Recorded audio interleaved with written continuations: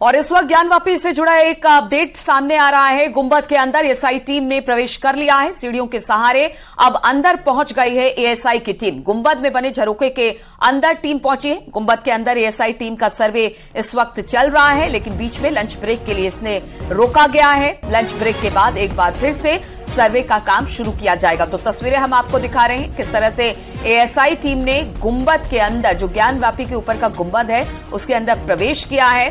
सीढ़ियों के सहारे जो टीम है वो उसके अंदर गई है। अब उसकी सर्वे की जा रही है, लेकिन इस बीच लंच ब्रेक की वजह से फिलहाल सर्वे को रोका गया है। लंच ब्रेक के बाद एक बार फिर से सर्वे का काम शुरू किया जाएगा।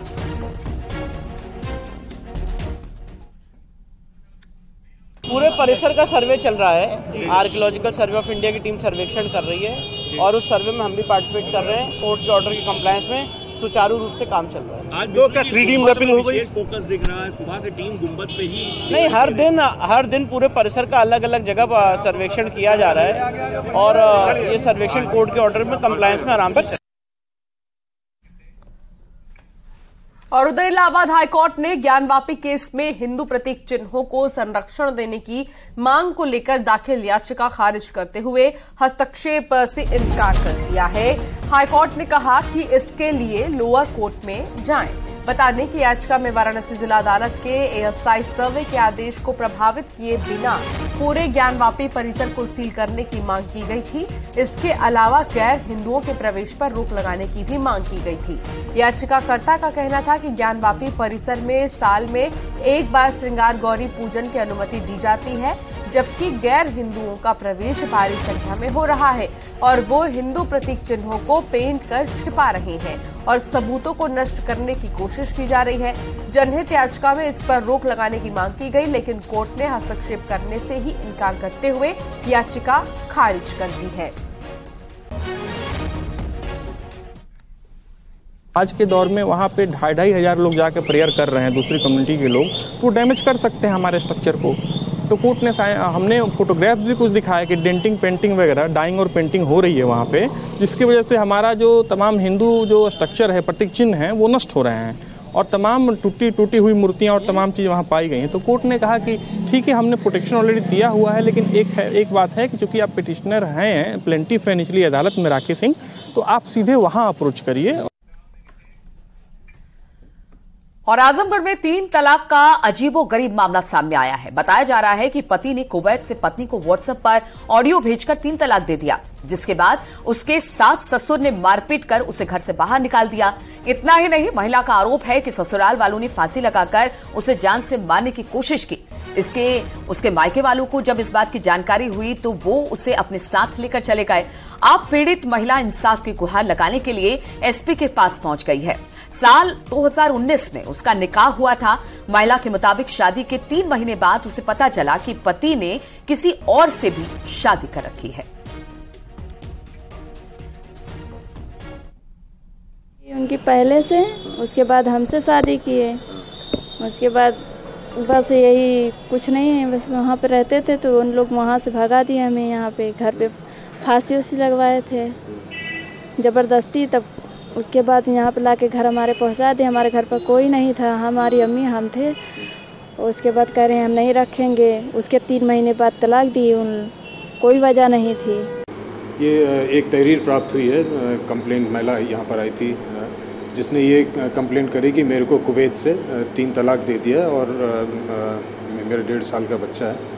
तो इस प्रकरण में थाना दीदारगंज को निर्देश दिया गया है कि इमीडिएटली इसमें मुकदमा पंजीकृत कर वैधानिक कार्रवाई करें। शीघ्र ही मुकदमा पंजीकृत की कार्रवाई की जाएगी और अभियुक्तों के विरुद्ध दंडात्मक कार्रवाई की जाएगी।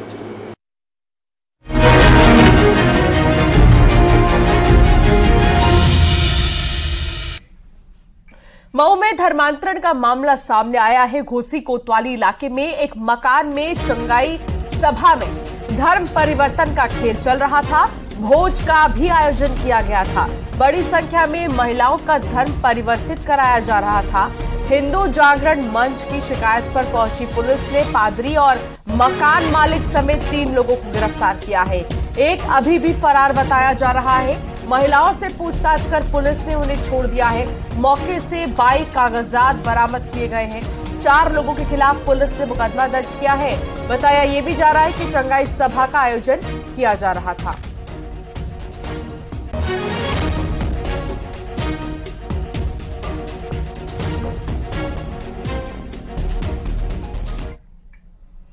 और इटावा में जसवंत नगर इलाके में एक शख्स ने स्कूटी में आग लगा दी। बताया जा रहा है कि बार बार स्कूटी बंद होने पर उसने अपनी स्कूटी हाईवे के किनारे खड़ी कर दी, आग लगा दी। वो इटावा से मैनपुरी जा रहा था। तकनीकी खराबी आने के चलते स्कूटी बार बार बंद हो रही थी। इससे परेशान होकर उसने अपनी ही स्कूटी को हाईवे के किनारे खड़ा किया और उसमें आग लगाने के बाद वहीं आसपास टहलता रहा। इसी दौरान गश्त कर रही पुलिस की नजर उस पर पड़ी तो मौके पर पहुंची।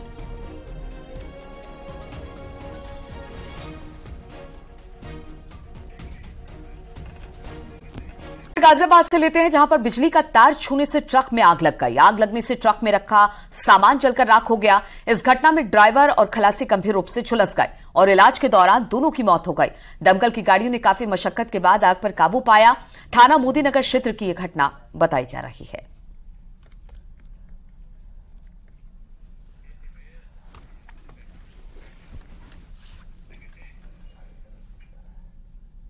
कहते हैं यदि मन में कुछ कर गुजरने का जज्बा हो तो कोई भी टास्क मुश्किल नहीं होता।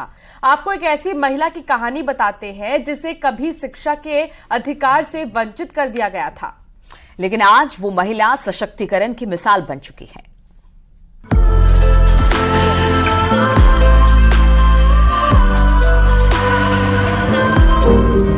मिलिए गुजरात की राजीबेन वनकर से, जो प्लास्टिक के खिलाफ जंग छेड़ रही हैं और उनकी ये पहल न सिर्फ पर्यावरण को बचा रही है बल्कि महिलाओं को सशक्त भी बना रही है।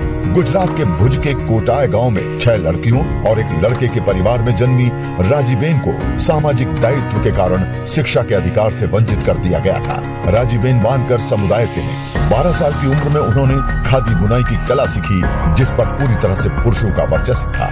राजीबेन के पति के निधन के बाद उन्होंने 3 बच्चों के साथ उन्होंने अपने परिवार का पालन पोषण करने के लिए कपड़ा बुनाई शुरू कर दी और 2012 में उन्होंने अपसाइकल प्लास्टिक की बुनाई के बारे में सीखा और इसने उनका जीवन हमेशा के लिए बदल दिया। અમે છે ને વેસ્ટ પ્લાસ્ટિકનું વિવિંગનું કામ કરે છે, જે વેસ્ટ ઢબલા આપણે કહીએ છીએ, માર્કેટિંગમાંથી લઈ આવીએ છીએ બકાલામાં, પછી ટૂટમાં, અને પછી એને આપણે જ્યાં ત્યાં નાખી દઈએ છીએ। એનાથી શું થાય છે કે પ્રદૂષણને નુકસાન થાય અને જે ગાય ખાય છે મૃત્યુ પામે છે। તો અમે બહેનો એક મંડળ હતું અમારું બહેનોનું, જે અમે બચત કરતા હતા, શક્તિ મંડળ જે કહેવાય। और अपने जुनून को आगे बढ़ाते हुए 2018 में राजीबेन ने अपनी खुद की इकाई स्थापित की और अपने गांव की महिलाओं को प्लास्टिक को अलग करने, साफ करने, काटने और बुनाई का प्रशिक्षण दिया। फिलहाल राजीबेन के साथ करीब 60 महिलाएं काम करती हैं, जिनमें से 50 महिलाएं गांव में पॉलीथीन इकट्ठा करती हैं। राजीबेन लगभग 50 उत्पाद बनाती हैं, पर्स से लेकर वॉलेट्स, चश्मे के कवर से लेकर ट्रे, फोल्डर से लेकर फर्श मैट आदि तक। ये उत्पाद न केवल भारत में बेचे जाते हैं बल्कि उनके प्रयासों को दुनिया भर में मान्यता प्राप्त है। જેમ કે આ બેગ છે, આ બિસ્કિટના રેફરમાંથી બનાવેલો છે। બિસ્કિટનું રેફર આવે એને નાના નાના ટુકડામાં કટિંગ કરી એને ચોડી લાંબી પટ્ટી બનાવીને વીવિંગ કરી અને આ બેગ બનાવ્યું છે। એવા ઘણા બધા બેગ છે, જેમાં પેન્સિલ પાઉચ છે, પછી આ ચશ્મા કવર છે, પછી આ ટ્રે છે। राजीबेन वनकर एक असाधारण शख्सियत हैं और न्यूज 18 नेटवर्क उनके दृढ़ संकल्प और समर्पण की सराहना करता है। वो राइजिंग इंडिया की शीर्ष शक्ति का एक बेहतरीन उदाहरण है, जो मैं कर सकती हूं में विश्वास करती हैं। और यहाँ वक्त तो चला एक छोटे से ब्रेक का। बहुत जल्द हाजिर होते हैं। ये है न्यूज 18 नेटवर्क। आप देख रहे हैं न्यूज 18 उत्तर प्रदेश उत्तराखंड।